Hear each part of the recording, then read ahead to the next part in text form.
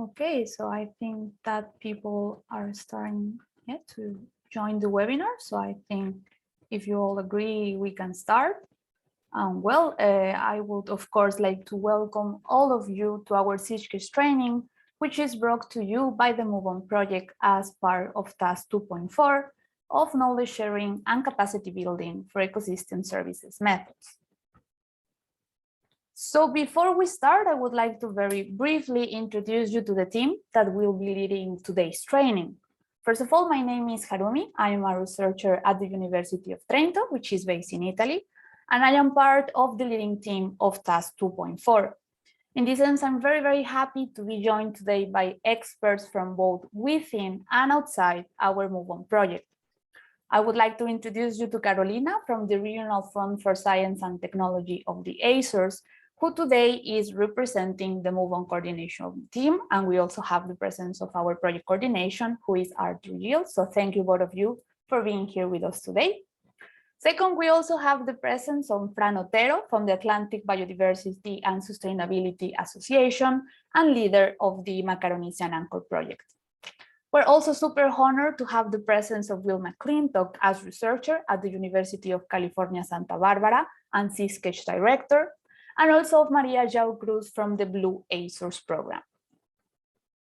So regarding today's schedule, after this brief introduction and welcoming, Carolina is going to present an overview of the Move On project, followed by an introduction to the Anchor project of Macaronesia, which is going to be led by Fran. After these two presentations, we will pass the mic to Will, who is going to be our main technical presenter. During this first SeaSketch slot, he's basically going to show you the use of the software. After Will's presentation, we can have a 5-minute break before we come back to him for a case study presentation, so you can actually see the applicability of SeaSketch. Will's second presentation will be followed by Maria, who will give a brief talk on the Blue Azores program. Specifically, she will give a practical example of the SeaSketch application in a real-life decision-making, namely in the context of conservation and sustainable use of marine resources. And of course, last but not least, Frank will then introduce a SeaSketch survey to enable the collection of volunteer geographic information. To close the training, you will come back to me for a 10-minute question and answer session, which is going to be followed by a very quick wrap-up and a farewell message. So for this question and answer session, we would like to give you some very quick instructions. We kindly ask you to use the question and answer box that you can see with this symbol to submit your questions to any of our 4 presenters. If you would like to ask a live question using your microphone, please use the raise your hand button that you can see on the screen. And we also kindly ask you to use the chat box only for logistic or technical assistance. We would like to remind you that in case there are some questions that remain unanswered, we will follow them via email. So this is basically all as an introduction. Thank you very much for being here with us today. I hope that you will be able to enjoy the training. And please do have a look at our Move On project website. And don't forget to follow us in Twitter and also on Facebook. So without further ado, I think I can now pass the mic to Carolina.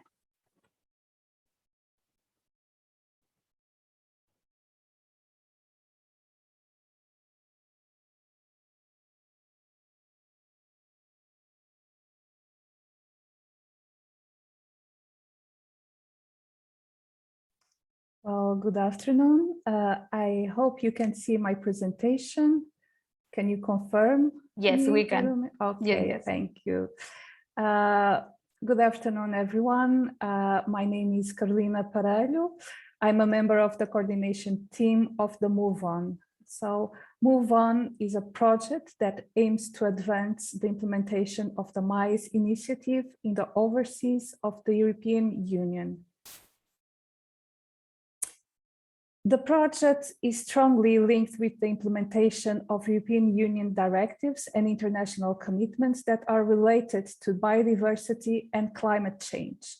Specifically, Action 5 of the European Union's Biodiversity Strategy to 2020 urged the member states to map and assess the state of ecosystems and their services, what we call the MAES initiative, in their national territory. Protection of biodiversity and ecosystems remain central topics in the biodiversity strategy to 2030, even with more ambitious targets.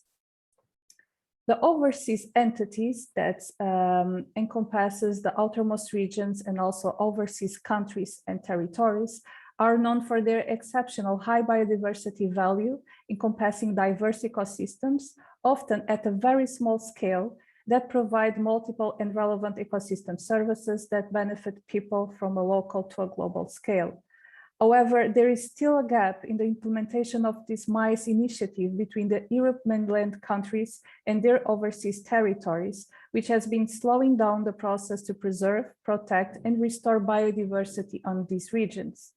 So Move On project aims to be a tangible contribution to this MAES initiative, and it supports regional policy in overseas.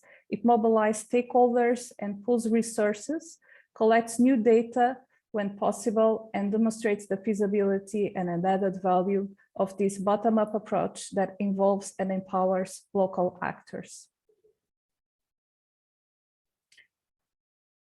Okay, so the project emerges from many other basilar initiatives, such as the BEST, the NetBiome, and NetBiome CSA, that aim to draw the landscape of overseas ecosystems profiles, the stakeholders that are involved in the research and management of biodiversity, and also in the implementation of case studies in these regions.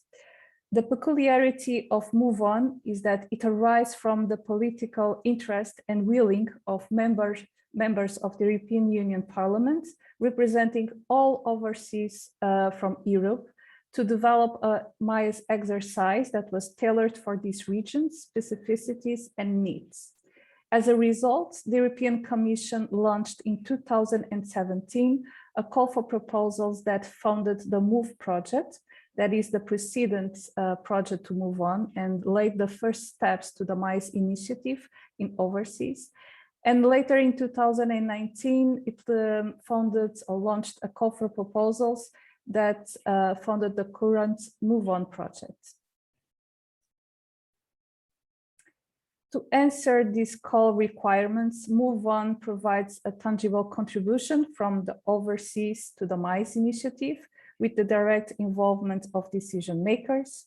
We also test the integration of MAES methodologies in specific territories in what we call within the project the anchor projects, to demonstrate the benefits of combining assessments of ecosystem conditions and services for decision making. We also produce good practice guidelines and policy recommendations tailored for these regions, and we create a scientific and technical MAES community or network that aim to support regional policy implementation in the participating regions. So the project is directly funded by the European Commission, represented by DG Environment. It has a total budget of €1,499,000, and it's implemented during 42 months. It started in November 2019 and will end in April 2023. The project is led by the regional government of the Azores, represented by the Regional Fund for Science and Technology, and the consortium is built of 12 partners, most of them working together since the MOVE project. Geographically, partners are based in 5 mainland countries, coming from France, Germany, Italy, United Kingdom, and Spain. And these are the experts partners that advise each anchor or overseas regions in the implementation of the MAES initiative. And we have the representation of the overseas coming from Azores, Canary Islands, Falkland Islands, St. Helena, French Guiana, Martinique, and La Réunion.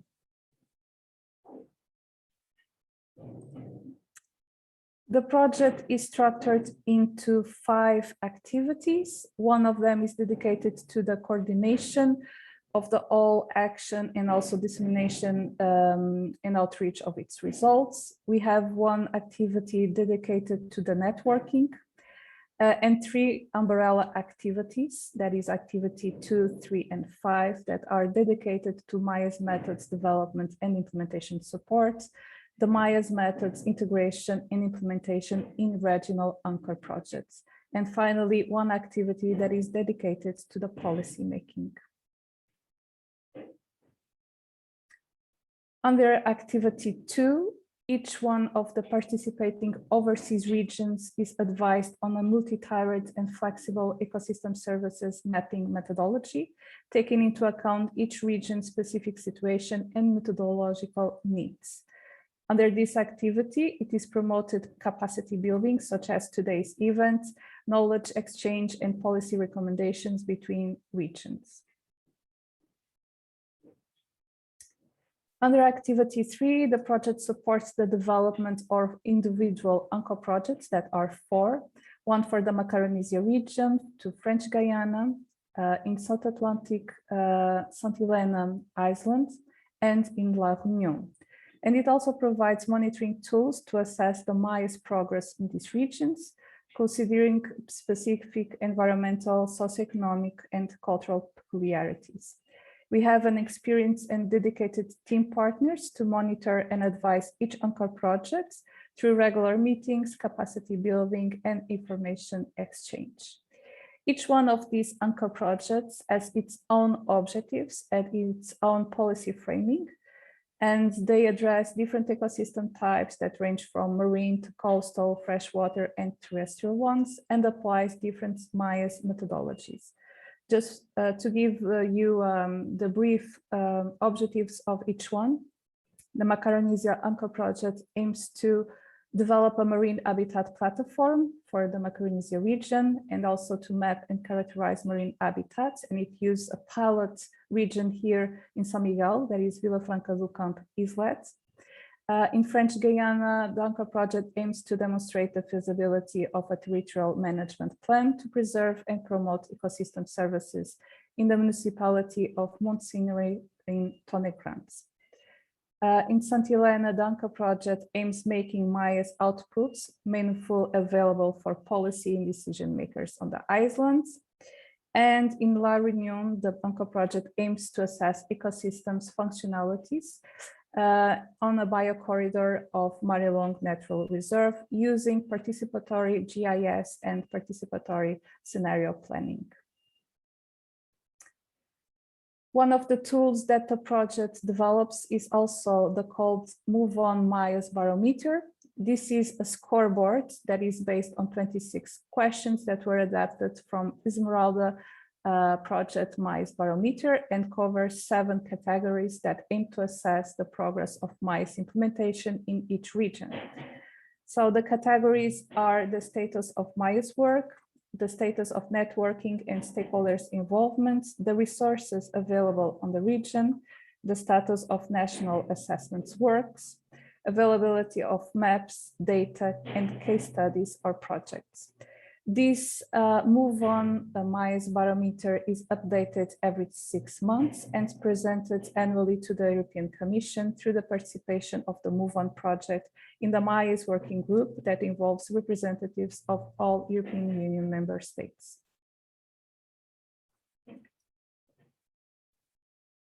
Okay. Lastly, the project has 1 activity that is dedicated to the policy making, and under this activity, the project produces sets of guidelines and good practices for the effective implementation of European Union directives and international commitments in the overseas. The ecosystem services that are assessed in each anchor project directly feed the proposal of strategies and adaptation of European and international policies, as for example, the Sustainable Development Goals for 2030.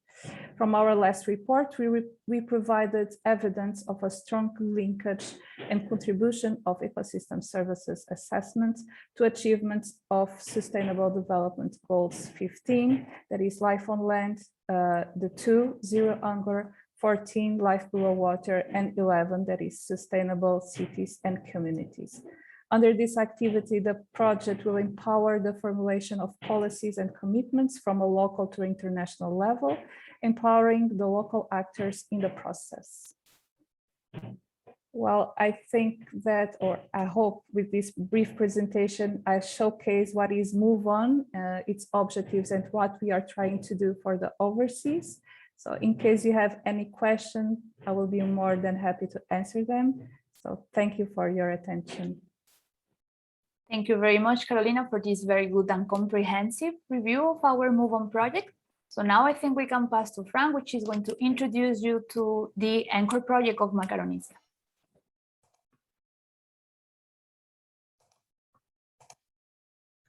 Okay.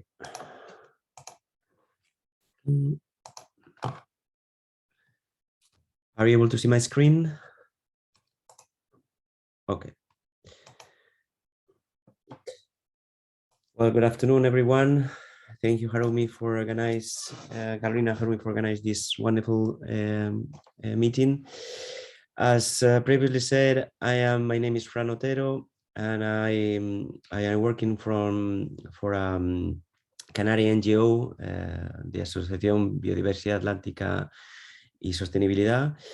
And with Carolina Parello, we are co-leading the case study of the Macaronesia Anchor project about marine habitat classification, mapping and assessment of condition of ecosystem services in the Macaronesian region. The main objectives, just trying to more or less, just to enlarge a little bit that Carolina's mentioned, is to assess the status of marine ecosystems in the Macaronesia and implement the Red List of Ecosystem Assessment methodology in the EU overseas as a kind of management decision tool for also conservation. A second main objective is try to demonstrate the benefits or the advantage of combining both assessments of the ecosystem condition and the ecosystem services, both in a way to help decision making. In fact, the idea is try to put in a front line the singularity or the unique characteristic of Macaronesian ecosystems, habitats, as in others ORs. So in Macaronesia, we have some particular macroalgae seabeds, caves, tide pools that are characteristic for this region. Also, kind of big marine animal forest, mainly composed by black corals. So the idea is to put this kind of flag in the map to reflect the singularity of our ecosystems.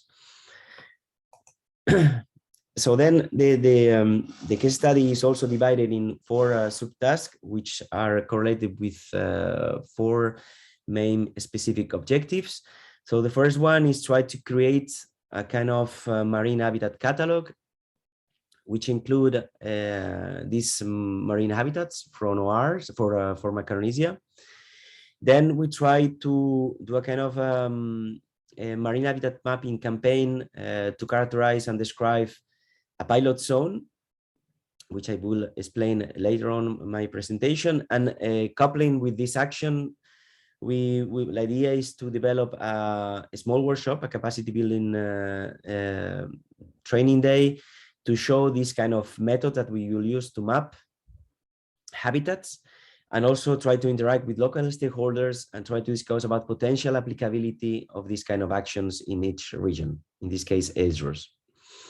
The third objective was to map and assess the status of marine ecosystem services, in this case to apply to Canary Islands with different work methodologies. This is a subtask that is co-lead or in co-working with another Spanish university, the University of Rey Juan Carlos in Madrid. And finally, we will try to link the results from the ecosystem services and the mapping activities to try to find a kind of ecosystem assessment or to see the advantages of both approaches. So just to briefly describe the different subtasks, for the first one, which is more or less in progress, and is probably the objective of this training workshop, We select from the literature the different information or data about the both archipelagos, Canary Islands, Madeira, and Azores, about the habitats. And we create a list following the UNIS criteria, a kind of European classification, and we describe what kind of habitat are shared by the different regions using three main criteria. First of all, obviously, that these habitats are shared between the three regions. The second is that these habitats are already listed in SANA or are already more or less described in other regions in Europe. And then we try to focus on the more shallower ones. We restrict to the area of from the surface till 100 meters in order to have more data or more accessibility. If we have to try to look for extra data during the project. So this is the list. This is the 14 selected habitats, which compiles different kind of macroalgae, seabeds, corals, also caves, which is quite characteristic for this kind of volcanic archipelagos, the volcanic caves. And then the problem that we reach is if we try to assess the status of the condition of these habitats, there is a big bottleneck or a big gap in the knowledge about their distribution, their condition, the pressure or threats that affects them, and obviously conservation or management policies that are already implemented to protect it. So to try to resolve this problem, we use the expert opinion of the region, coupling with the SeaSketch, which we'll explain you later, as a kind of participatory approach to try to catch up this information that we can use to finally create kind of marine habitat territorial data sheets. In this case, the one that you are able to see in my screen is the one that are described from North Atlantic, but this time tailored to Macaronesia habitats. The second subtask was to do this kind of pilot zone maritime navigant campaign, which was performing last December in the first week of December in Azores. And the area that we choose is the marine protected area of Vilafranca do Campo. This area is very particular, which is a kind of the crater of is an islet that is all crater of a submerged volcano, approximately 1 kilometer fast for offshore of the coast of San Miguel coast, and it was declared in 1983, I guess, as a natural reserve area. But mostly it was declared regarding the terrestrial zone, try to kind of buffer zone to protect the terrestrial values. So the idea is try to map the habitats in inside the marine protected area and outside to see what is the status or what kind of habitats are inside and outside of this marine protected area. So for that we use different acoustic technologies. The SeaSketch sonar and the multi-beam echo sounder, and these two tools allow us to obtain high resolution bathymetry about the area. So kind of you can imagine if we take it out the water, we are able to see if there are all the geographical or the relief or we can say the small mountains that we can see or the structures that we can see underwater. And the SeaSketch sonar allow us to differentiate the different texture and characteristic of the floor of the sea bottom. Okay, so the idea, as I mentioned before, is to try to see if the MPA, the marine protected area, was designed in relation with the habitats that it possesses, or perhaps we have to consider the enlargement of the marine protected area to really protect the values, the natural values that are around the inlets. Okay. In terms of the capacity building training workshop, it was delayed because COVID restriction, and the idea is to do it during this year, perhaps after the summer.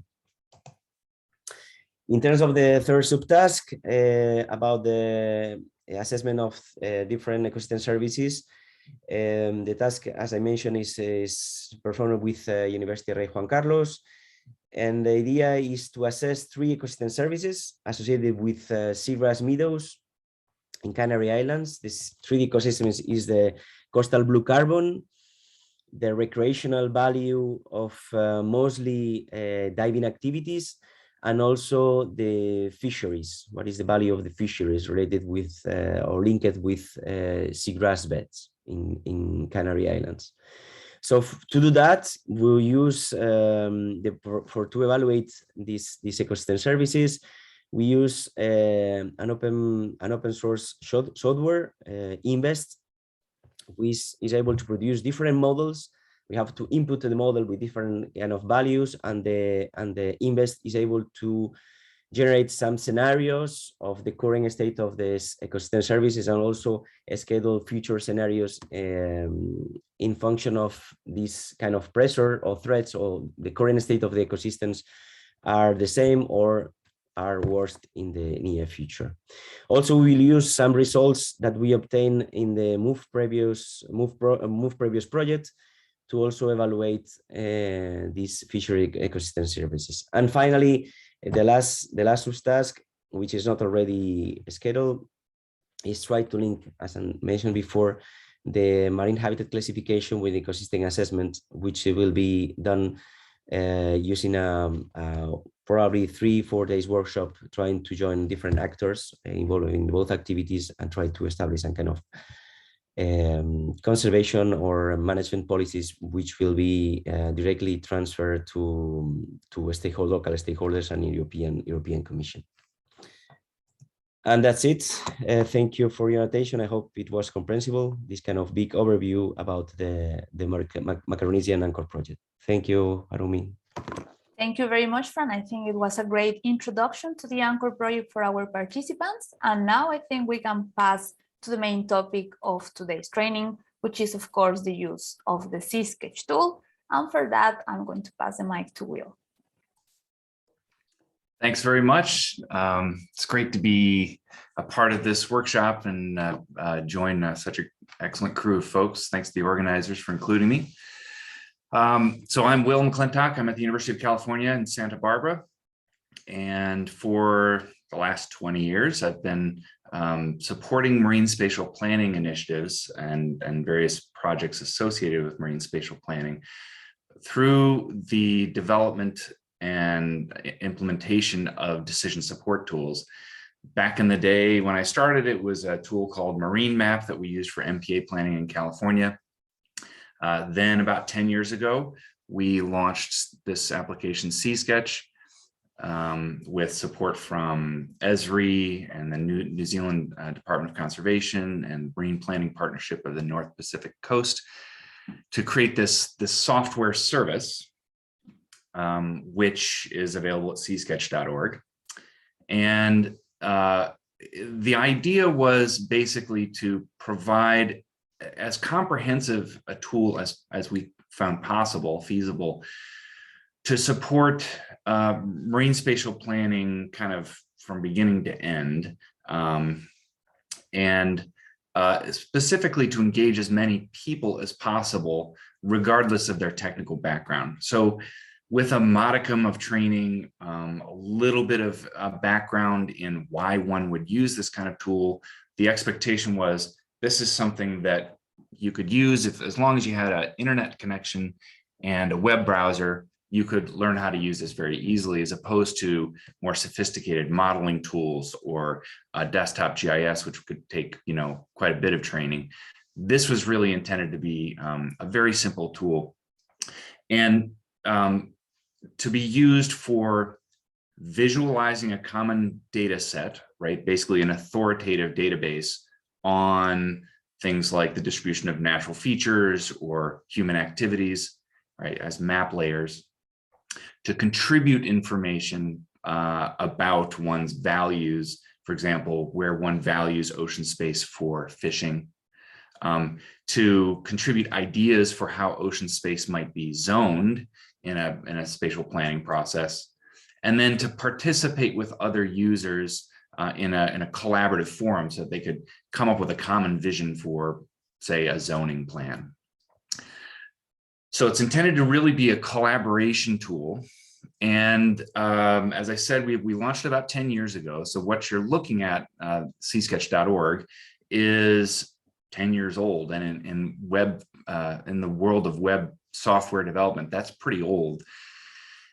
So what we've done is, in the last 2 years, started redeveloping this tool from the ground up. And I'll touch more on this in the second presentation after our break. But this tool that we started with is built on some proprietary technologies. It requires a license to use it, and it's fairly expensive to build some of the more advanced features like the analytics. With the support of the Weight Foundation and in the context of this thing called the Blue Prosperity Coalition, we're developing SeaSketch now as a free and open source tool. And it has a bunch of advanced new features using modern technologies, which I'll go into in the future. But I wanted to kind of point out that while the tool that I'm going to focus on in this first presentation is a proprietary tool, which range from free to expensive, the new version is free and open source and will largely be accessible to just about anybody with just about any budget. But there's some caveats there, so I'll touch on those in a bit.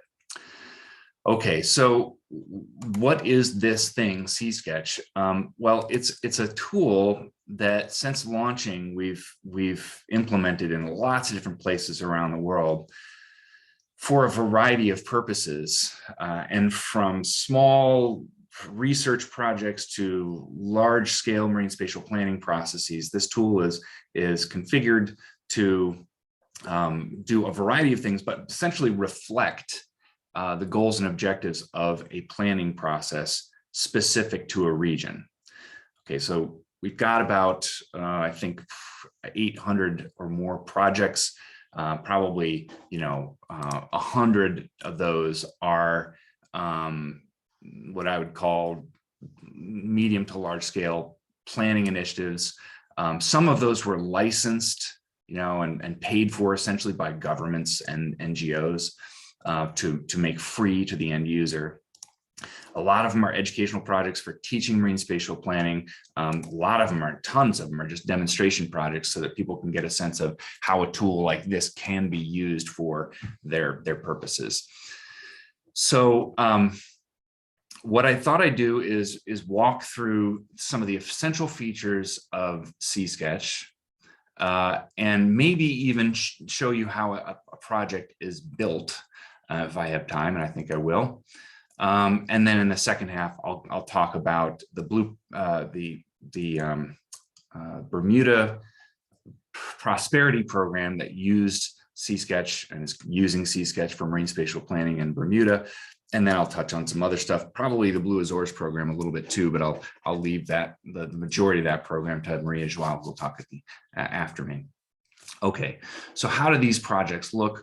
What are the essential features? Well, the backbone of this, of course, is a mapping tool.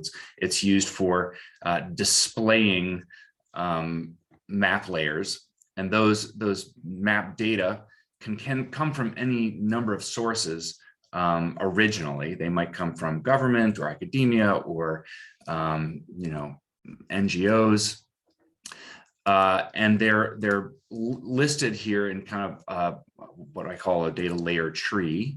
And each of these layers may or may not have some metadata associated with them. So you can search for these things, turn them on. This is not going to be surprising to anybody who uses web mapping tools. Turn them off and on. You can right-click on a name of something and view its description. In many cases, the description is not very useful. In this case, it is a pretty useful description. This is a layer that describes the nearshore habitats in Bermuda, right? So you can turn that on, you can view its metadata. You can view a legend to tell you what each of those colors means. You can do things like change the opacity of a layer. You can change the order in which they appear, so move things up and down in the layer tree. Pretty basic stuff. Layers are categorized in folders, right? And they can have little descriptions along with them. Basic stuff. There's base maps, right? These are Esri, standard Esri base maps.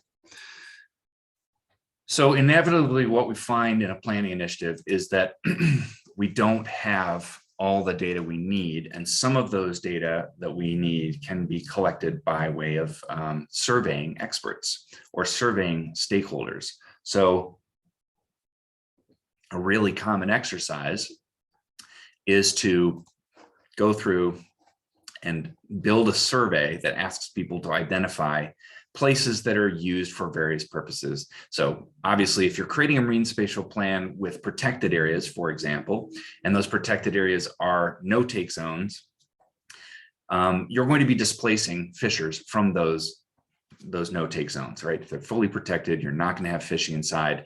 Those fishing areas are going to displace fishers. So you might want to build a model that does as little of that as possible, right? Or you might want to have people draw marine protected areas in places that are maybe less valuable fishers, but still good places to protect habitats. So we need to gather those data. Where do people fish? How do they value it? And a survey like this can be developed and was developed, I'll go into this more later, to ask people specifically that question. So I might say I'm a commercial fisherman, and you know, I'm going to do this really crudely, go into it a little bit more later. I fish here using, you know, traps and trawling, and it's a really important place to me, but maybe less important than this place where I do net fishing. So it's important, but maybe I'm going to give it a point value of 40. Again, I'll go into this more later. This one, point value of 60, and then submit this as my answer to the survey of what areas are important to me as a commercial fisher. Those surveys build a database of important places, right? Here's the database that, you know, came out of that particular survey, that can then be used to create maps that display the distribution of valued places. So those data have to be downloaded as a zipped up shapefile, or set of shapefiles for each of those sectors that are then summarized offline in a desktop GIS to create layers that look something like this. So here's the result of that survey for commercial fishers. So not surprisingly, the high value fishing grounds are close to the island of Bermuda, and around some important oceanographic features. And the lesser value places are out here in the deep ocean, out to the, you know, outer extent of their EEZ, but it's still valuable. Okay, so that layer was again created by gathering information from commercial fishers through a survey. And I'll talk about that sort of survey method in the second half, but the sort of the technical bit of this is that the results had to be downloaded, summarized in a desktop GIS, published as a map service, and then that map service was added to SeaSketch so we could visualize the results here and use it for planning purposes. I'll show you more how that works under the hood in just a sec. But that's the second major feature of SeaSketch, is the ability to launch surveys, gather data, and turn them into layers that can be used for planning. You can imagine those surveys could be asking all kinds of questions. Where do you live? How old are you? What's your gender? Where do you keep your boat? They're questions that are standard survey questions that can be, text or dates or whatever. But then sort of the fancy part of this is the spatial questions, asking people to draw points, lines, and polygons that then can be used to build spatial data sets. So ultimately what people are doing with those is in SeaSketch planning. So here you can see that I've got a bunch of just things listed here. You can ignore most of these. These are invisible to the general public. This thing, MPA, is what most people are using to draw in this particular project. So they're using data like these map services that I'm looking at here, and maybe like the habitat layer. For habitats to draw an MPA and say, all right, I'm going to create a new MPA right here, and I'll call it Will's Bogus MPA. It's just for demonstration. And I'm going to indicate that in here, I'm going to, maybe allow non-extractive research, maybe some enhancements for conservation, some restoration, but I'm not going to allow industrial fishing or aquaculture or extractive recreation. These are basically attributes that I'm applying to this polygon.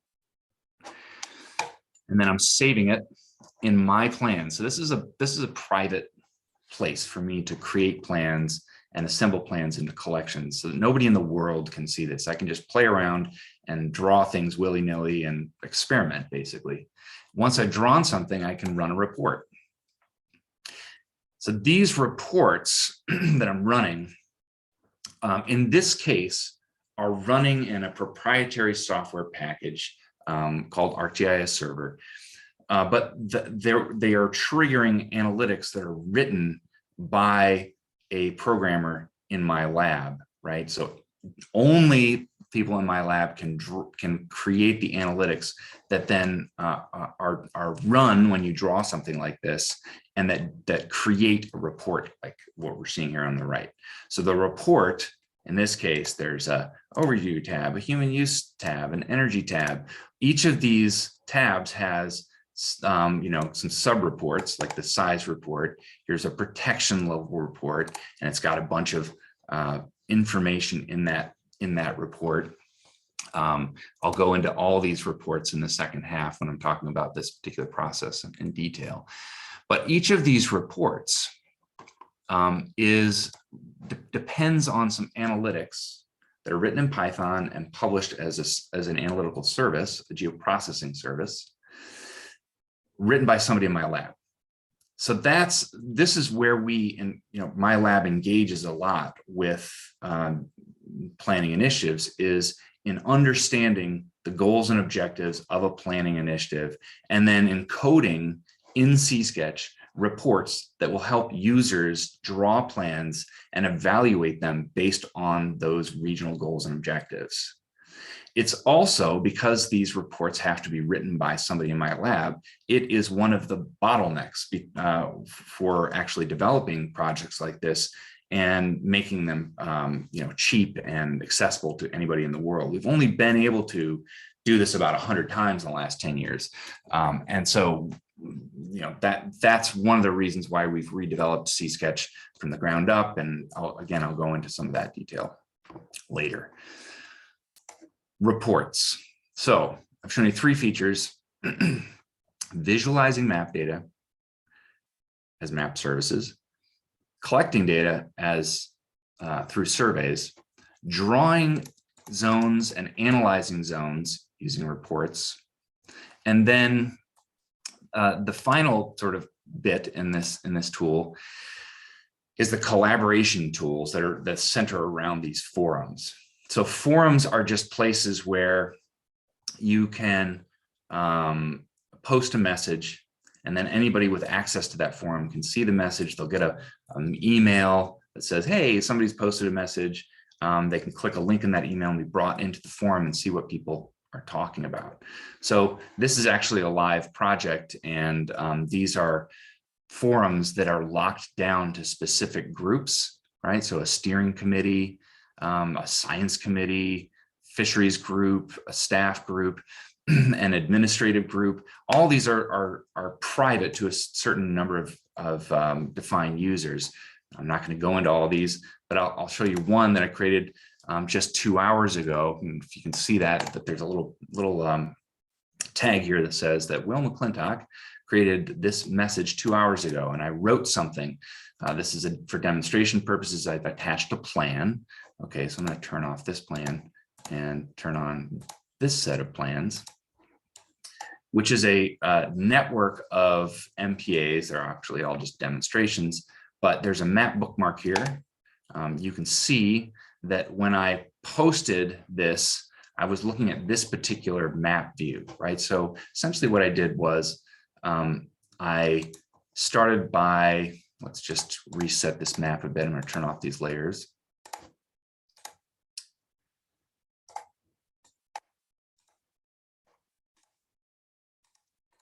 I started with a particular map view like this and said something. Oops, I'm going to have to refresh here. Pardon me for a second.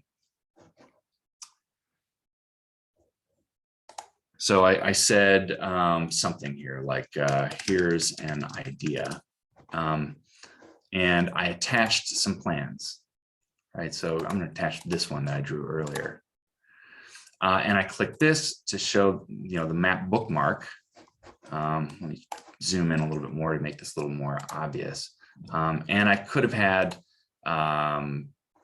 certain data turned on. These aren't very clear, so I'm going to choose a different one. Let's choose bathymetry.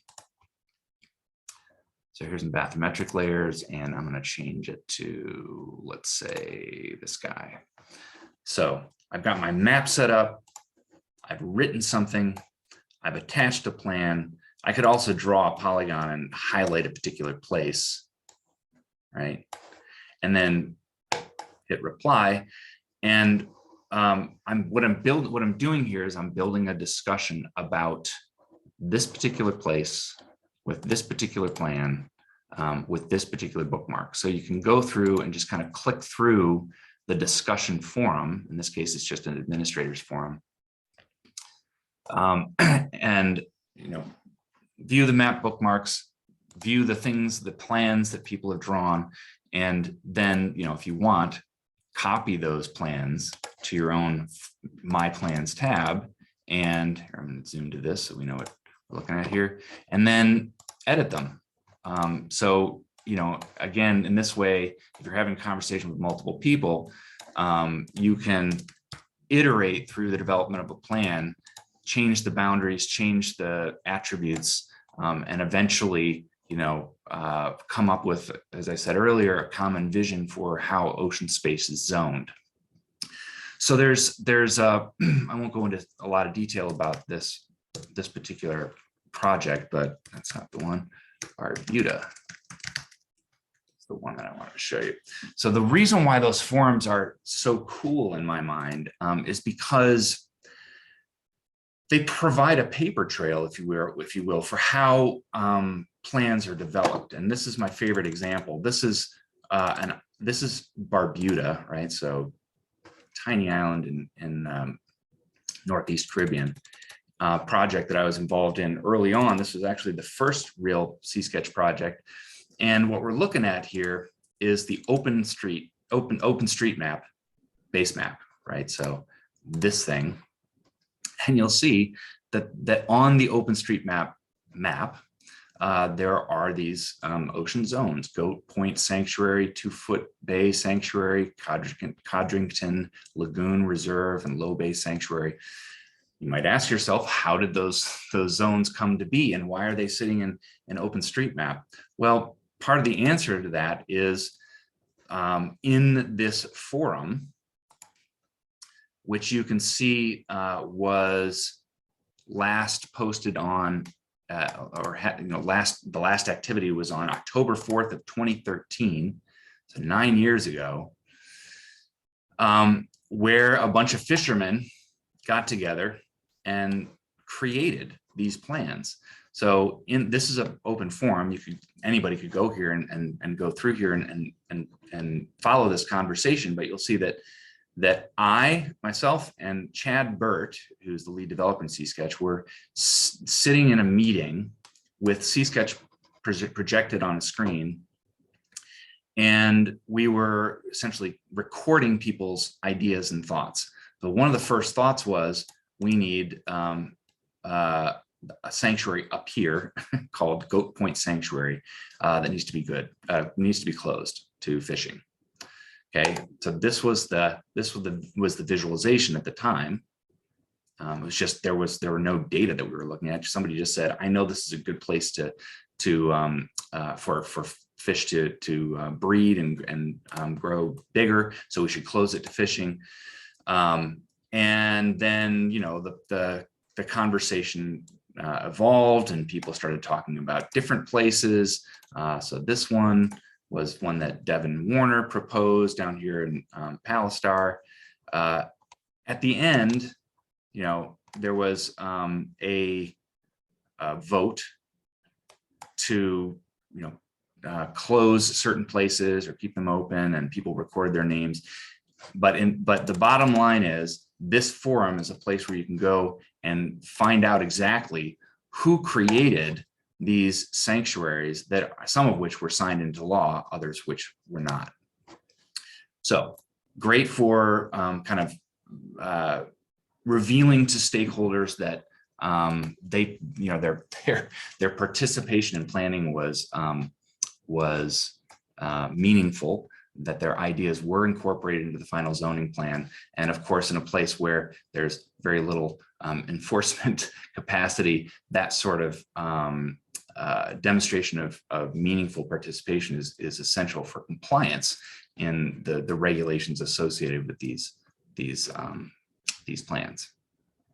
Okay, so I think I've got just a couple of minutes, so I'm not going to go into huge amounts of detail here, but I did want to show you very briefly how a project like this is created. And again, this is what I'm showing you now or what I'm about to show you is how it's done in this legacy version of SeaSketch, which we're going to phase out in a year. We're replacing it with the new version, but the essential elements, the principles are the same.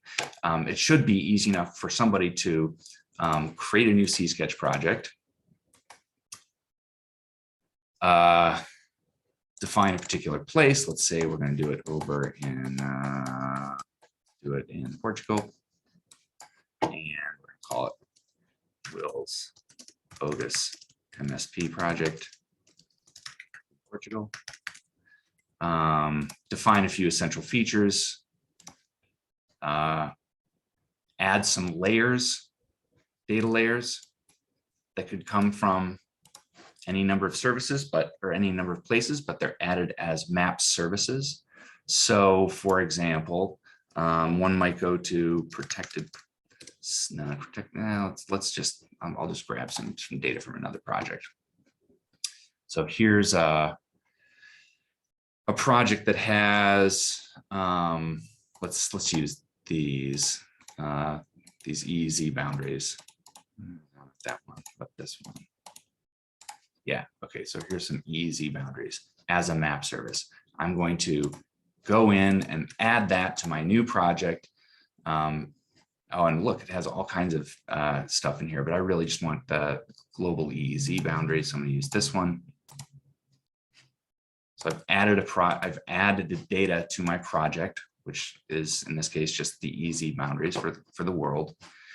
I'm going to save it, publish it, and voila, I have a very simple project that just has one layer. Refresh, it should show up here. Yeah, one layer, which is the global EEZ boundaries. And this is open to the world as long as I make it so. So I'm going to make it open to the world, and now anybody in the world can go to SeaSketch and view this project. It's not very useful. It only shows one data layer, but I can make it useful by adding more data layers, which can come from, like I said, a lot of different sources. And I can show you how to find those kinds of things, kinds of data online.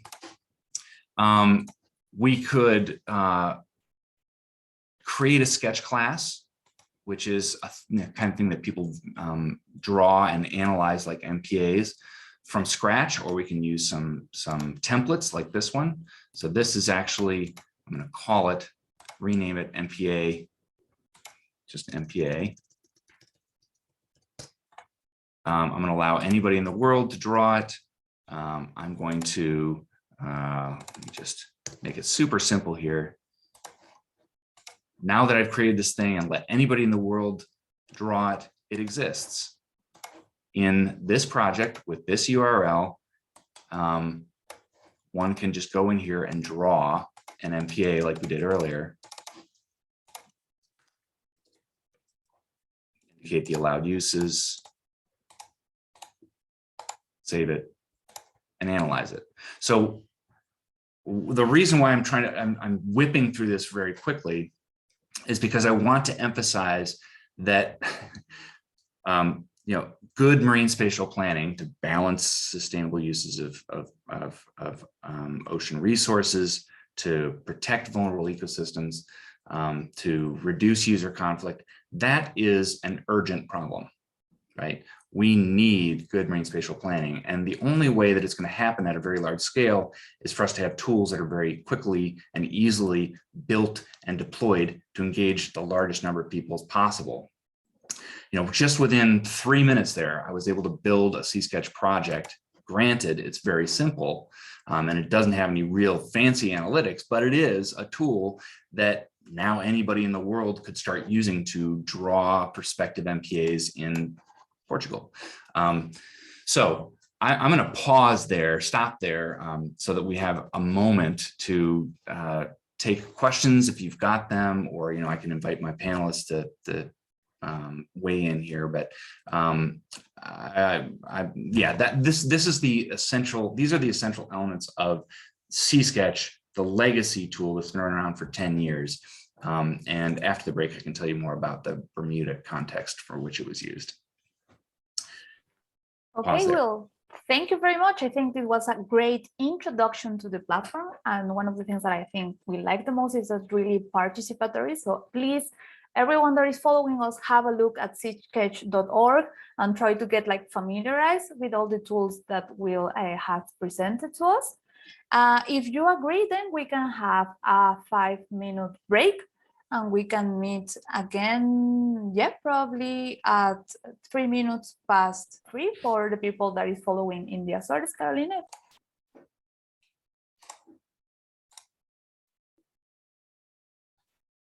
Okay, so I think that if you agree, we can now pass to the second part of our training, which is going to focus now on the case study presentation by Will. Then we're going to have Maria, who is going to talk about the Blue ASOS program. And finally, we're going to have this presentation regarding the surveys to enable the collection of volunteer geographic information. Thank you very much for all of you that stay with us. And I think we can start or go back to Will to have the case study presentation. Okay, great. And to my colleagues, if you want to interrupt me at any point, feel free. I'm happy to cover things that maybe I'm glossing over. So back to Bermuda. So this was a process that had a lot of the kind of typical features, I would say, of the kind of project that I'm going to get involved in, where the government had noted a growing need for better ocean management, mainly because they saw dwindling sizes and numbers of fish that were important for commercial fishing and for the fishing tourism industry, a growing number of yachts and sort of spatial conflicts amongst ocean users, divers and fishers, for example, that they felt could be addressed with marine spatial planning. Like most governments, while they had the political will to do it, they didn't have all the resources necessary to do it. So they partnered with the Waite Institute and the Blue Prosperity Coalition, of which I'm a part, to go through this process of marine spatial planning. And part of that process involved SeaSketch and other tools. So I'm going to emphasize that SeaSketch, while I said earlier, is really intended to cover all the bases as much as possible, and technically in marine spatial planning, it is always used in concert with other tools, and I'll go over those tools in a second. Okay, so I showed you that we had some good data, like, in this area on the distribution of habitats, right? And I showed you that we had conducted a survey using the survey tool in SeaSketch to ask people to identify important places, right? So this is currently inactive, but we went through and surveyed people. The way we did those surveys was by sitting down with the stakeholders with a laptop computer and explaining to them the process. So the government has decided to do marine spatial planning. We're soliciting information from you on where you go, what you do, how you value ocean space. And in that conversation, we'd be able to talk to them specifically about how their data were being used or would be used. So there's a link here in this survey to an example heat map, right, that shows the distribution of valued fishing grounds around Montserrat. So we did exactly the same process, sat with fishermen in Montserrat, and ultimately created a heat map like this that shows the distribution of valued places for fishers around Montserrat. The reason why we always lead with that in this kind of interview process is because, as you can imagine, many fishermen are not really excited to show where they fish for a variety of reasons. Maybe they're competitive and they don't want their fellow fishermen to go to the same spots that they fish and deplete those resources so they can't then fish them. Maybe they're afraid that the information that they contribute in a survey like this is going to be used against them. That's a story that I often hear. Well, conservationists all feel like, the problem is fishing. So if I show people where I'm fishing, they're going to turn that favorite fishing ground into a marine protected area. And I don't like that. So we have to have a conversation with people while we're sitting with them and explaining how the tool is used and how the data are used to assuage some of those fears, to explain that this heat map won't show their individual fishing grounds. There's no attributes to show what they're fishing or how they're fishing. It's just showing the intensity of value. And that will go into a model and be visualized in an attempt to avoid those places while still protecting habitats. So when, as I said, people went through and said, I fish here commercially, and this place is more valuable than that place, we created those heat maps. So this map that shows the distribution of valued places from the perspective of commercial fishers. And those were used to look at and draw MPAs in places that were of lower intensity. But they were also used, the layers were also used as cost layers in another tool, in a prioritization tool called PrioritizeR. So some of you might be familiar with MarkSan or PrioritizeR. These are just tools that allow you to parameterize a model and say, I'd like to protect these various habitats at this level, and avoid, if possible, places like valued fishing grounds while still protecting all the key habitats. So this layer was used in the generation of a model that looked kind of like this. Okay, it's a little hard to see on this, but the model is showing, let me turn off the navigational aids here. The model is showing in very light green the priority areas for conservation. and in gray, areas not prioritized for conservation. So the model tried to pick places with good habitat that were in need of protection, while avoiding those fishing hotspots whenever possible. How much of those habitats were we trying to protect? And where did we come up with these protection goals?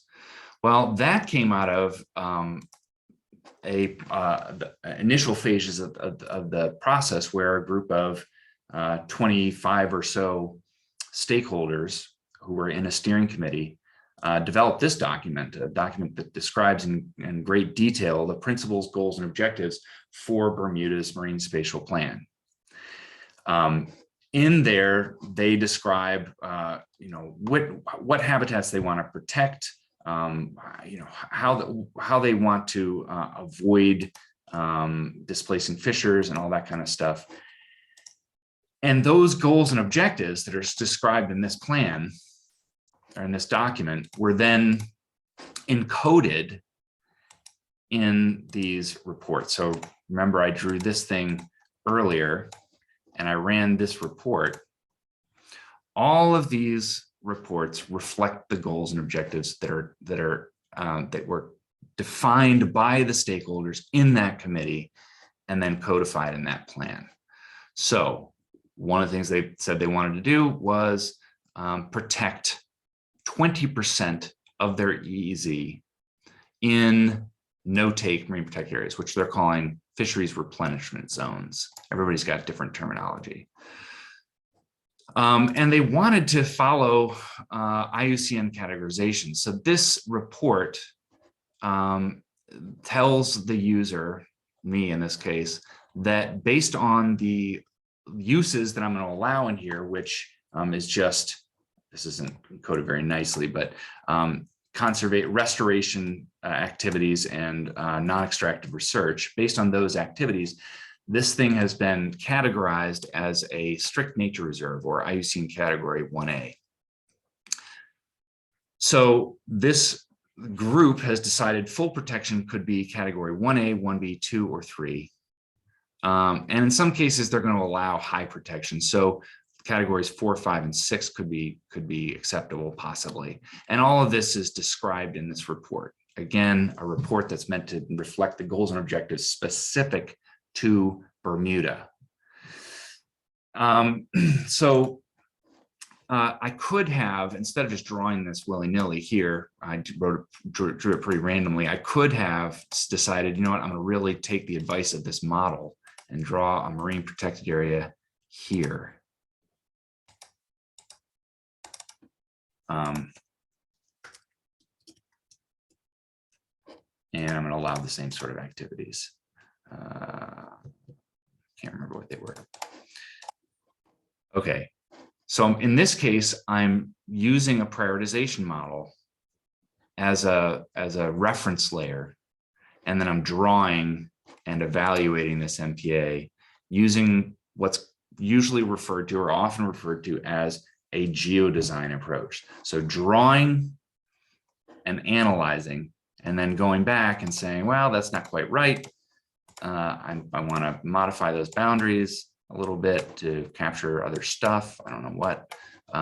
This process of iterative sketching and evaluation is called geodesign. And it's really nice because anybody can do it, right? If you can draw on a napkin, you can probably do this, draw on the screen and create a report that tells you something about your design, whether it's effective or not in meeting these goals and objectives. It's not efficient. It's sort of like, I call it the hunt and peck method, like a chicken walking around and pecking it at the ground and trying to get grubs or whatever. It's not efficient. So models like this, these prioritization tools like MarkSan or PrioritizeR are really great in reducing the potential solution set, telling you this is a good place to create a MPA in this case. And so Bermuda was a great example of where we used both prioritization models using those ocean use heat maps and habitat maps to create a prioritization layer. in combination with this geodesign approach, which gave all the stakeholders the freedom to draw anywhere on the map and evaluate those plans against the principles, goals, and objectives of the initiative. And I'll just point out that this is you heard about Invest earlier. Here's another tool that we've used in combination with SeaSketch. In this case, it's in British Columbia, but they wanted to map values of importance for recreation using Invest, put the outputs of that tool in SeaSketch so that then they could draw marine protected areas and other zones and evaluate overlap with important recreation places. And in this case, they also used prioritization models. In this case, though, it was a tool called MarkSan, very popular tool used in marine planning, actually conservation planning in general. So again, just as a background, so that then when I sketched a plan here, I could get a report and see if it was overlapping areas of high conservation value. So combining this geodesign approach and prioritization modeling was really valuable, and particularly so in a place here in Bermuda where they wanted to be guided by these prioritization models. So I'm not going to go through all of these in detail because these are private forums, but you can see in this case, just like in Bermuda, that there's a lot of activity in these forums where people are sharing plans. So here's a forum post that includes 47 plans. If I went in there, we could see what plans are currently being developed in Bermuda, and copy the plans to our My Plans tab and modify them and post them back and forth and so on. But this is a great way for the initiative to kind of monitor how much activity is going on in SeaSketch, how much participation is occurring amongst the steering committee members, and then document levels of participation, which is something that's very, very important for a place like organization like the Bermuda government that wants to ensure that these plans are coming from Bermudans. They're not coming from Will McClintock at the University of California, who's posting all kinds of ideas about what he thinks should be protected. Instead, we know that they're coming from this individual who is part of the steering committee. And when the laws are finally established for where these marine protected areas and other zones go, we can point to this forum as a place that demonstrates this idea originated from this Bermudan on this date, December 14th, 2021 at 10:37 a.m. Okay, so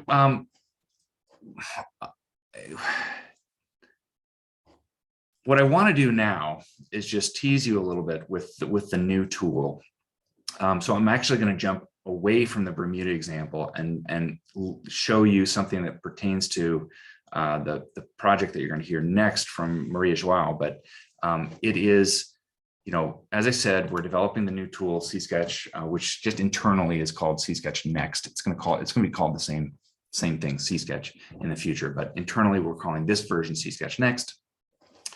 And I'll point to a couple of really great features that we could have used in Bermuda and will really need in places, other places where we're working, like the Federated States of Micronesia, Fiji, Maldives, places where people are really dispersed. We may not be able to get to everybody and sit down with them to do these surveys, and we might need to rely on mobile technology because most of the people who we're reaching out to will have mobile phones maybe, but won't have a desktop computer. So this tool, SeaSketch Next, is meant to address a lot of the shortcomings of the previous version. Again, it's free and open source. It runs on mobile devices. It will have offline capabilities. So in places where there's very little connectivity and you want to be able to just use this tool offline, the SeaSketch Next will allow you to do that. And then really importantly is the analytics. So those reports that I was showing you, like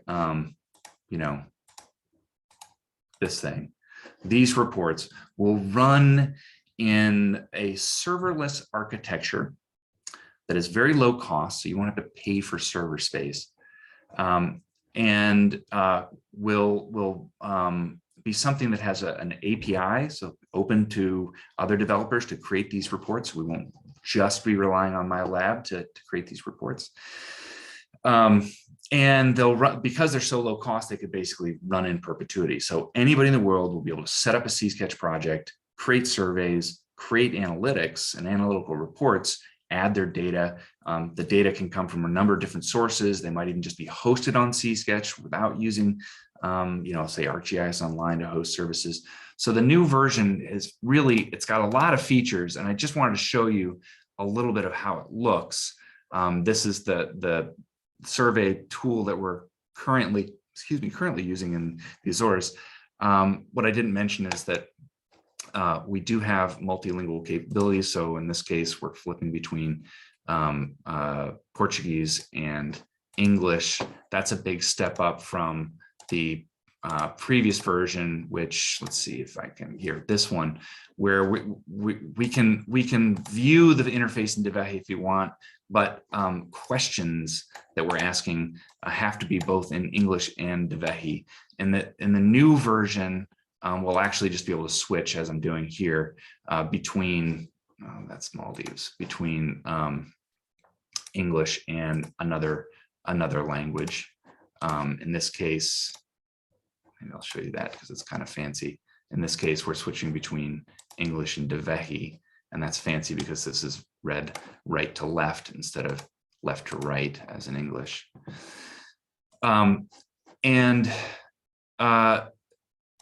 The user experience is very, it's just much more refined, right? You're kind of led through one question at a time. You're also, in this case, forced to read a consent agreement. If you don't read it, you're not allowed to go on. So I click that, read through this consent agreement, then agree to it, and then advance through the survey one question at a time. Where do I live? What sectors do I want to respond to? So you can see these are similar questions to what we saw in Bermuda, where we're asking people to identify important places from various sectoral perspectives. But the experience is faster, and if you were doing this on a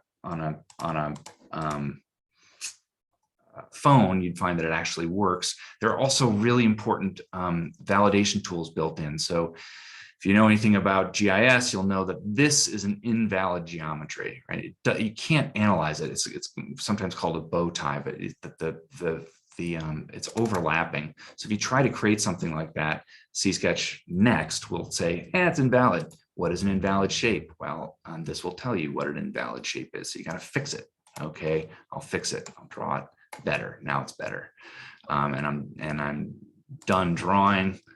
But oops, I need to evaluate it. So this is a place of high value used for this kind of fishing, where I use this kind of fishing gear. I participate in fishing tourism, and I go after these species and so on. It's a similar kind of tool, but the user experience is better. The validation features are really important. So that we're creating really good data that doesn't require fixing up as we did in Bermuda. And I have conditional questions as I did in the previous version. But again, it's a much simpler looking tool that I think is easier for people to use. And we've done some usability testing now in Maldives to show that this tool, compared to the one that I demonstrated in Bermuda, this tool is much easier for people to use in a situation where they're not being facilitated. So I've actually sat down with people who are completely naive to SeaSketch and never seen it before. Did this last week in the Maldives. Sat down, gave them an iPad with SeaSketch running, and they were able to without any assistance walk through the survey, answer these questions, and contribute information about areas that were important for them in the context of tourism or in the context of fishing. So I have high hopes for this as a tool that's going to be broadly useful and used without my intervention, because anybody in the world come this summer will be able to, and then more features available in the fall, anybody in the world will be able to go to SeaSketch website, click a button, start a project, configure it for a survey, and even if they have JavaScript skills, create new analytics so that they can generate reports on zones that they draw. And do all that at very, very low cost. So I'm super excited about where we're going with this, and particularly excited to see how nascent projects or fledgling projects like the one that you'll hear about from Maria Joao are able to take advantage of this tool and kind of bring us into the next decade for marine spatial planning. I will stop there and entertain any questions if you've got them. Thank you very much, Will. I think it's super interesting to see the future of SeaSketch. And actually, yeah, we have a question. It's related to SeaSketch, probably the platform as it is now. Is it open source? And if people need to register in order to be able to create projects? So it is free and open. Well, the new version is free and open source. It's not yet available. It'll be, we're piloting it right now in the Azores. We're piloting it in the Maldives, but in the summer, let's say, late July, anybody in the world should be able to go to SeaSketch and create a project. To create a project, yes, you have to register. So that's, just a matter of creating a username and password, and then you'll be able to create a project. For those who are using that project, so maybe your stakeholders that you're supporting, they don't necessarily have to register. They can go in and use a subset of those features. Once they start drawing and analyzing plans, or if they want, then they'll have to register, right? Because they'll need to have an account to store the shapes that they're drawing and analyzing. But there'll still be things that they can do, like answer surveys without registering. Okay, thank you very much. And now I think we can pass the mic to Maria, so we can have this presentation on the Blue Acers program. And then we have more questions related to the platform, but it's maybe better to leave them for the question and answer session. So Great. Please, Maria.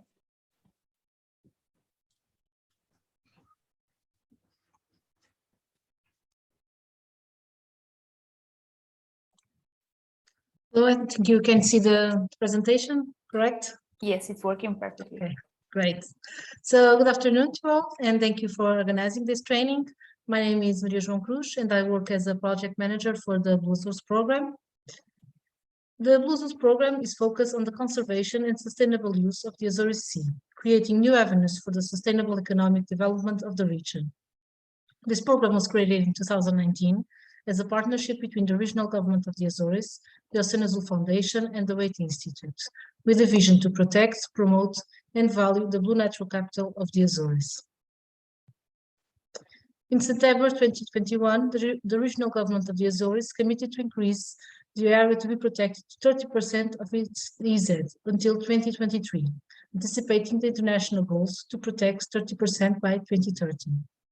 This is a landmark goal of this program, as today we have less than 5% of the EZ protected in the region. The Blue Source program has the following specific objectives: to protect 30% of the Azorean Sea through marine protected areas, with at least 50% of new fully protected marine reserves, implement management plans for the new marine reserves and for all existing marine protected areas, support the legal implementation of a marine spatial plan, and improve fisheries management. The implementation of marine protected areas will benefit the Azorean Sea and those who depend on it, by increasing the diversity of marine species in protected areas, with bigger and more abundant fish, by benefiting fishing in the areas around MPAs, by improving the resilience of ecosystems to climate change and pollution, by helping local people, including the future generation of Azoreans, with more jobs and opportunities, and also by promoting tourism in the Azores. The regional government of the Azores has begun a stakeholder engagement process that will count on the direct participation of the communities that use the Azores Sea, sharing their interests and knowledge to be considered in designing the marine protected areas. The stakeholder engagement process for the offshore MPA network is underway, and soon we also start the process to define the coastal MPA network. The definition of the areas to be protected is based on the best available science. So based on a map with the areas of interest for conservation and the map with the identification of different uses of the sea, it will be defined, together with those who use this sea, which areas should be protected and what are the objectives of this protection. So as you can see on this slide, we are using the SeaSketch in the stakeholder engagement process to define the MPA network for the offshore area as a tool to interact with the stakeholders.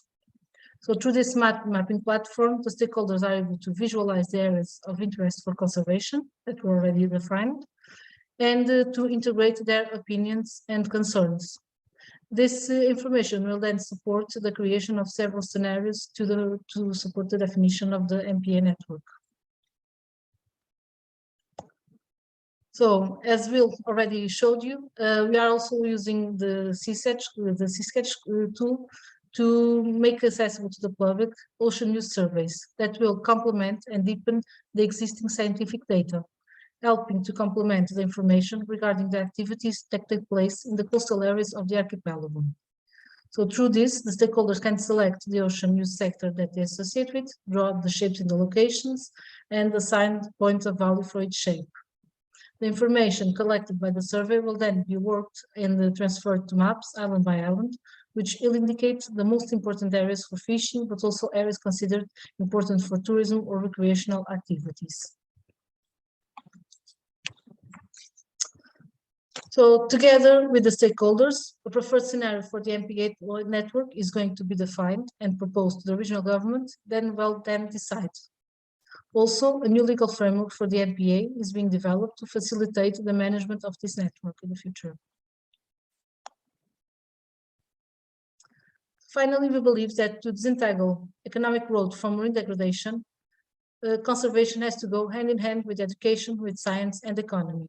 So this is the key to show society that a healthy ocean is fundamental to human development. Thank you for your attention. Thank you very much, Fania, for introducing us to this Blue Azores program. So I think we can now maybe go to Fran's presentation related to the SeaSketch survey. Okay. Next up. Okay. Yes. Okay. Are you able to see my presentation? Yes. Okay. So good afternoon again. First of all, I would like to thank Will because his help to create or to use SeaSketch in our case study was really useful. In fact, looking at his presentation, realized that we are not using, perhaps we are using something like 20% of the possibilities of SeaSketch tool. But in our case, the idea was to catch information from experts regarding habitats that I presented you before, and use this tool to catch this information and use it to create the territorial data sheets. So just to give you a brief overview of the process and the final results, as you remember, we arrived to these 14 categories of habitats that we try to implement in the SeaSketch tool. So first of all, as I mentioned before, the tool is focused on the 3 archipelagos, so Madeira, Canary Islands, and Azores.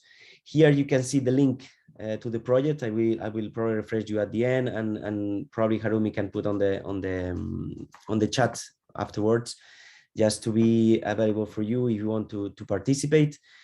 And then as Bill mentioned before, we implement some data layers to help habitat experts to put the data in terms of bathymetry of each archipelago, but also here you can see it's the bathymetry layers. The bathymetry lines is something like it's from 0 to 100 meters, and each bathymetry line is separated by 10 meters. So we have the mathematical gradient of each island from 0 to 10, 20, 30, 40, etc. till 100 meters depth. This is more or less the images you can see, and you can zoom and you are more detailed information in the map, in each map. Then we have also implemented the Canary seafloor habitats. So it is only regarding Canary Islands. In fact, 20 years ago, the Canadian government implemented a program to survey habitats from 0 to 50 meters depth. So all the information captured regarding habitats, we also implemented in the SeaSketch, just to help experts, if the information that they have, they will like to put it's the same, or just to orient them regarding that the information we have, and also to push them to implement the other kind of the other phase of the service. So what's happened in these habitats that are starts from 50 to 100 meters. And as you can see in the when you put in or you pick in each layer, you have the information that is collected in the regarding the database. It's in Spanish because the information was originally created in Spanish, but you have detailed information about the category and the reference to the UNIS code and the kind of the island it was and the surface of each category habitat. So finally, creates the 14 surveys regarding the 14 habitats, as you can see, with different detailed information. So this is, you have to go to the shape participate, and then you can reach the whole list of surveys. And each of them, there is a kind of introduction with a very brief description of the habitats we're looking for, because sometimes the code of a UNIS is not so clear. So we try to clarify overall for other kind of stakeholders that we are also focused, what kind of a species, what kind of shapes, what kind of habitats we are looking for. In terms of information of the survey is divided in 6 main sections. First of all, we try to identify the expert or the potential survey people in terms of his or her level of expertise. Again, repeated the Bill presentation, we try to delineate or draw the geographical occurrence of this area in where the habitat, where the expert tried to answer the survey, the main physical features in terms of what is the depth of this habitat, what kind of sea bottom we are looking for, what is the energy of the energy level, is a kind of exposed area or more protected area in terms of hydrodynamic conditions, the main biological features regarding the kind of algae we can find. Then in this part of the questionnaire, the expert can define the percentage of each category, and the percentage can reach 100%. If you not reach 100%, you are not allowed to continue the survey. And this feature is repeated for animals. The animals that are composing this ecosystem, this habitat. Then we have another part of the survey regarding the pressures and threats. So we focus on where we put in the front several main pressures and threats, and then we leave some blank space to define if these pressures are currently occurring in these ecosystems, or there's some kind of future scenarios in where expert schedule that is preserved will affect this ecosystem. And then finally, we also leave some space to eventually, if in these areas there is any conservation or management plan already developed. So with all these questions, we have a kind of complex situation or complex framework about this habitat that help us to tailor or create these territorial data sheets about habitats in the Macaronesia. So this questionnaires we started to send it to different experts in last summer. We did some invitation letters with also a consent form. Unfortunately, we have not only a lot of answers from the experts. Probably is due to this COVID situation where we have a lot of work, and we have to probably look into we'll advise probably the best option is try to go and do some kind of direct interviews and help her to respond the questions. So I profit this audience to also, you have any expertise of these categories, you are living in one of these archipelagos, you are really thankful if you can help us. Here you can see the link, and you can go inside. If you have any doubt, you can contact me as well, and we can do some kind of online interview and help you to answer the questionnaire. So thank you again. I'm sorry my voice is not 100% affordable today. I hope that you understand me, and help again. Thank you again, Will, for all your help. Thank you, Harumi. Thank you very much, Fran. So I have actually pasted the address of the survey in the chat box. So please, like Fran was saying, if you're interested in participating with the filling of the survey, you can just click there and just help us with your answers, which we will be, of course, very much appreciated. So I was thinking that we have 15 minutes for some question and answer session. And actually, we have some questions are related to the use of SeaSketch. And the first one is if we can actually upload public databases to be ready for potential users. That would be the first question. Yeah, so there's a couple answers to that. I think we lost you.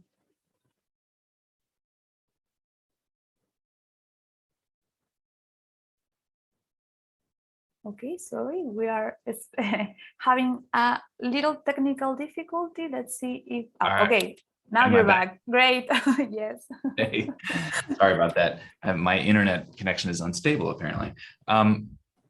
So a couple ways to answer that. First, with the current version of SeaSketch, there's really a couple of ways you can handle getting your data into the system. Say you have a shapefile or a raster file in hand, you need to turn that into a map service. And you could publish your data to, let's say, ArcGIS Online, which is free for many cases now. And you create a map service with a URL. That URL, that address, can be then pasted into SeaSketch to view those maps. So you're going from data in hand to a map service to pasting that map service into SeaSketch. That's very common and free to do. You can also do the same thing with an open source tool called GeoServer, where you're publishing your data to GeoServer, which creates a URL that's a WMS, and you put that into SeaSketch. There is, then there's lots of data that are out there published in a similar way by governments or NGOs, and you can just go to their websites and grab their URLs and put them in there. So putting publicly available data into SeaSketch, you can either get them as map services or you create map services to put them in SeaSketch, but you're not actually putting the data themselves into SeaSketch. It's just a reference to the data that live on some other server.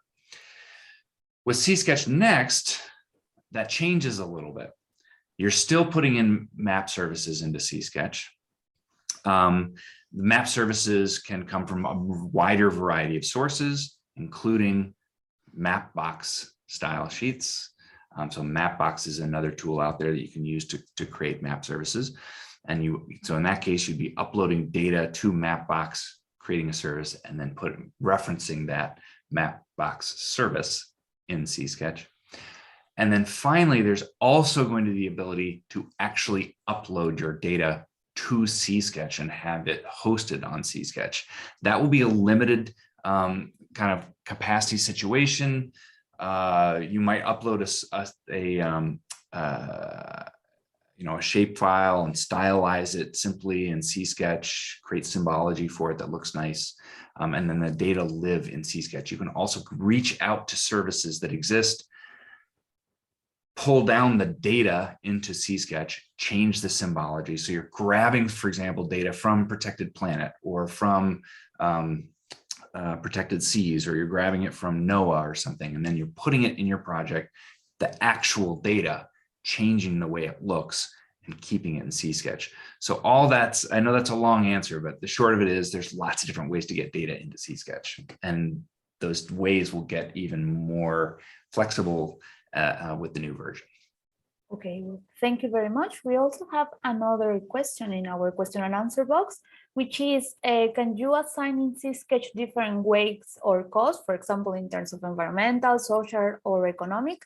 And also if it is possible to split the area in cells, for example, hexagons, etc.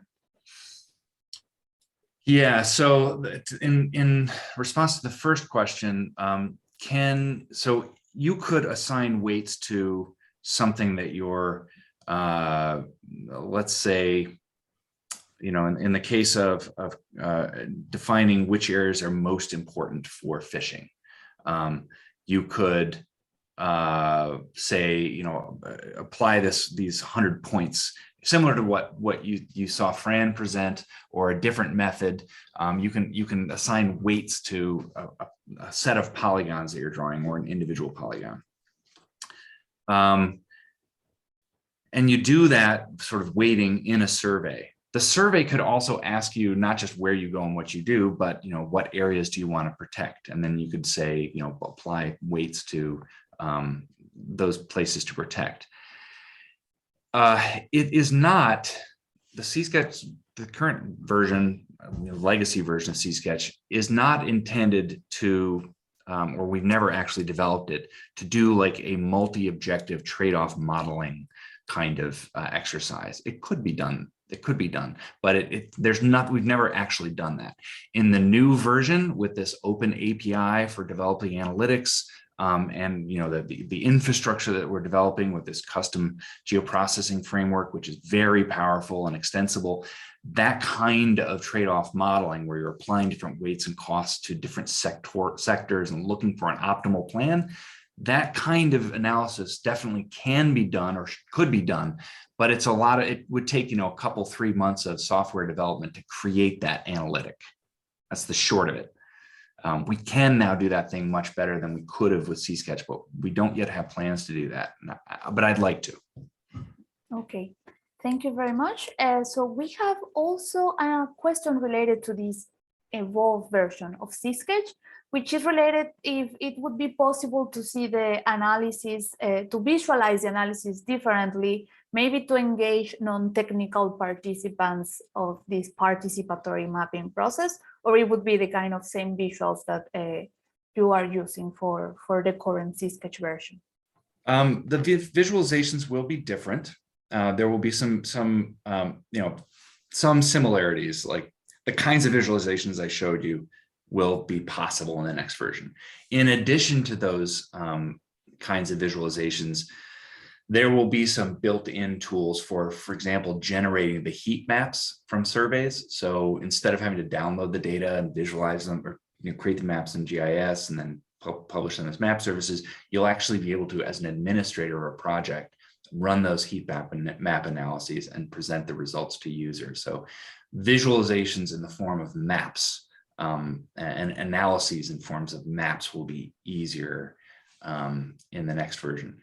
as far as other ways of analyzing and visualizing reports, the sky's kind of the limit, as my developers like to say, anything's possible, if you want to develop it. And since there's going to be an API and hopefully very clear documentation, if you're a really good JavaScript developer, you can create all kinds of reports and analytics and ways of visualizing results. So it's really up to the community of software developers out there to participate and create those visualizations.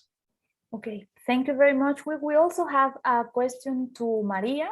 What is your expectation regarding the responsiveness of stakeholders using SeaSketch-based surveys instead of direct and on-site interviews? So far, we've been having a good response to the surveys. We've been directing. We've been doing the surveys directed to the population, but also was made available, and we've covered a large number of respondents. So we have good expectations that the audience will keep, the users will keep using this platform to respond. This was we implement this now on 3 islands. This was the first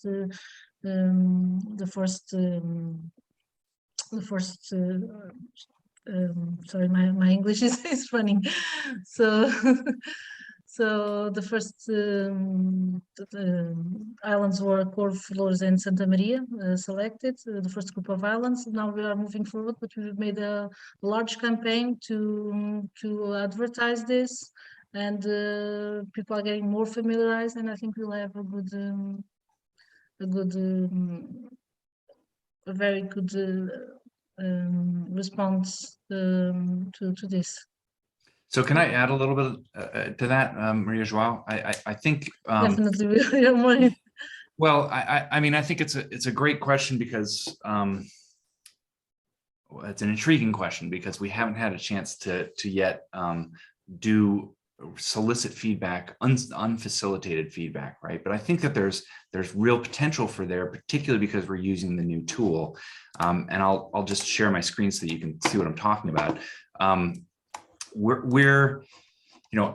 It's one thing to I think it's facilitated surveys are really important when we have to ask people to identify where they fish or explain the process and get people familiar with why they should give us that kind of information. But in cases where we've done that, and usually at the end of those surveys, people say, "Hey, I want to see the results," and provide feedback on the results of that survey. So we've set up these very, very simple surveys that I think can be answered in an unfacilitated context. So this is just an example of an internal review, like for basically people on a science committee to go in and give their name and say, okay, I'm going to look at these various maps and provide some feedback. This is the result, the preliminary result of the survey for recreation, sports, and tourism. And they can just type in a response like, I think this looks great. I don't think it looks great. I think you need to do more surveys, something like that. And then walk through each of the heat maps that was generated for that survey.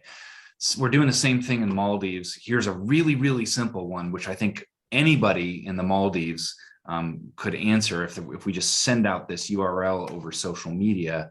They can, decide, what, I want to look at the results of this survey for artisanal fishing on my atoll, K Atoll, and I'll provide, a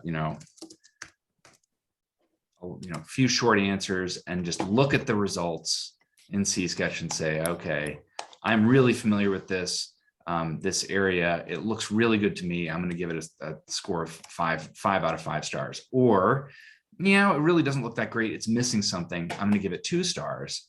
And if I give it 2 stars, then I'm going to be presented with this question. What issues do you see? Well, there are areas of high use and value that don't belong here. This isn't really a valuable place. This isn't really a valuable place, in my opinion. So, or it's missing some important information. So I'm going to say that. This level of kind of clicking through a survey is so simple that I don't think it requires facilitation. And I think that it'll be really interesting to see in the Azores whether whether those who said I want to see the heat maps and provide feedback, if they can use this real simple version on their phone or on an iPad or whatever without people sitting next to them and facilitating their response. Thank you very much, Will, for complemented Maria's answer. So I think we still have time for 2 questions, which I think are really interesting. The first one is to Fran, and it basically says if you already received many answers from Macaronesian scientists regarding the Move On survey. In fact, we are trying to push in experts. Mostly people that are answering already are scientists. But now the idea is try to focus, I think, another source of information, which, for example, can be diving centers. So we try to translate this kind of more complicated information and do some kind of personal interviews with diving centers, go with our computer and interview them, because I think there is a kind of big source of information in these kind of stakeholders. But again, we try to contact also organization. I am talking about Canary Island level.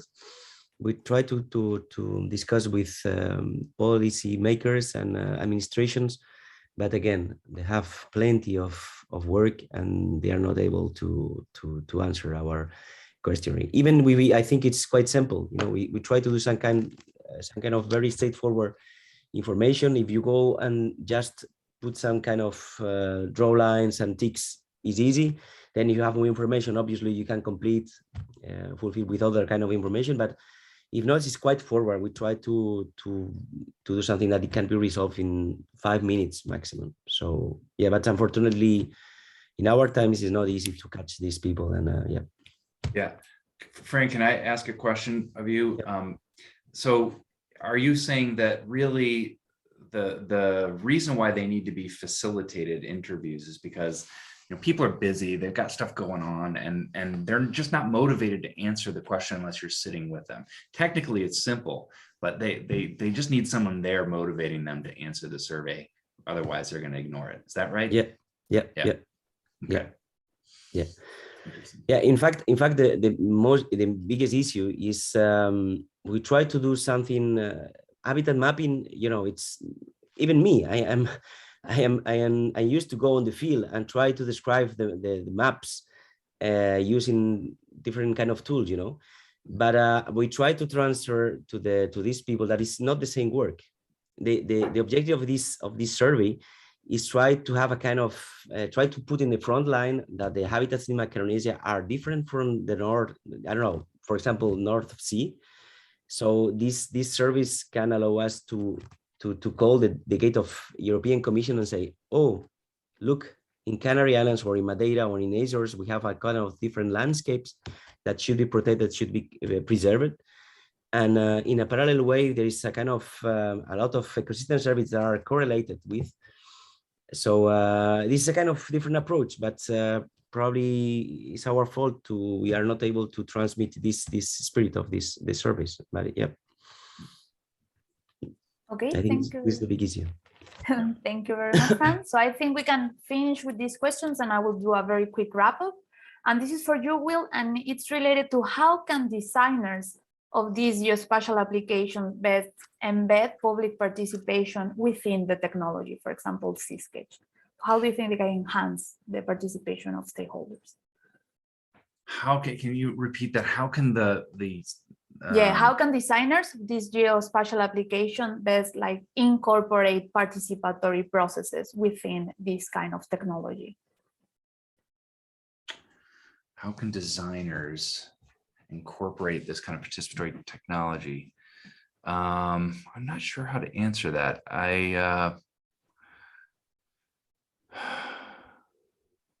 I'm not sure what that question is actually asking. So like how do participatory planners, or are we talking about like software designers, or Yeah, I think it's related to software designers. software designers? Well, so this is the okay, now I get it. This is where the next version of SeaSketch really comes into play, and it's not going to be available until this fall. But once the new version is released and open to the public, there will be documentation on the API, and basically what you'll need to do as a developer is to set up some AWS infrastructure, and there will be instructions on how to do that. It's not trivial.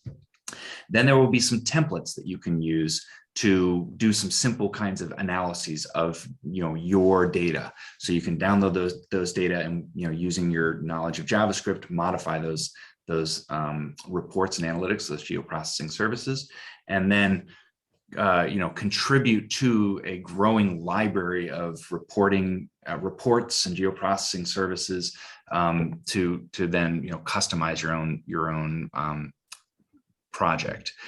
I will say that it's not trivial. So you'll have to have experience with JavaScript and AWS and all that kind of stuff. But the other thing I'm hoping to do is around that time start having some webinars and holding some workshops for software developers so that they can learn about and then contribute their own knowledge to this process of using SeaSketch to develop new reports and analytics. Okay, thank you very much, Will. So I think that with this question, we can actually end our training. So basically, as we saw, SeaSketch is an easy-to-use tool for engaging stakeholders in decision-making for marine protected areas and also marine spatial planning. And the use of this kind of software is actually super important to secure an open process all the way from mapping, but also to stakeholder participation for designing of marine protected areas, and also for us in the Move On project, also for the process of mapping and assessing ecosystems under services in Europe outermost regions and overseas countries and territories. So I would just like to briefly say that thank you all so much for participating. I don't know if we have any kind of very quick comment from our panelists. If not, I think we can close. I think, yeah, we're good to go. So thank you, Will, so much. It was really, really great to see these very interactive presentations. Thank you, Fran. Thank you, Maria. Thank you, Carolina. And also thank you, Arthur, for being here with us today. And well, I hope we will keep in touch. I saw that Will left his email in the chat box. So please feel free to contact him at any time. And again, thank you very much for this amazing presentation of today. Thank you. Thank you. Thanks, everybody. Have a good afternoon. Bye. Bye. Bye-bye. Thank you. Bye. Bye.